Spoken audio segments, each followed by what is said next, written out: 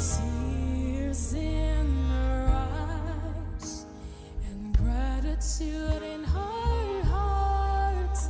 She carried her choicest perfume in an alabaster box.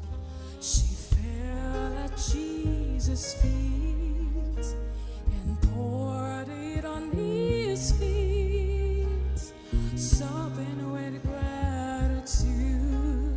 With her hair she wiped his feet. I am here to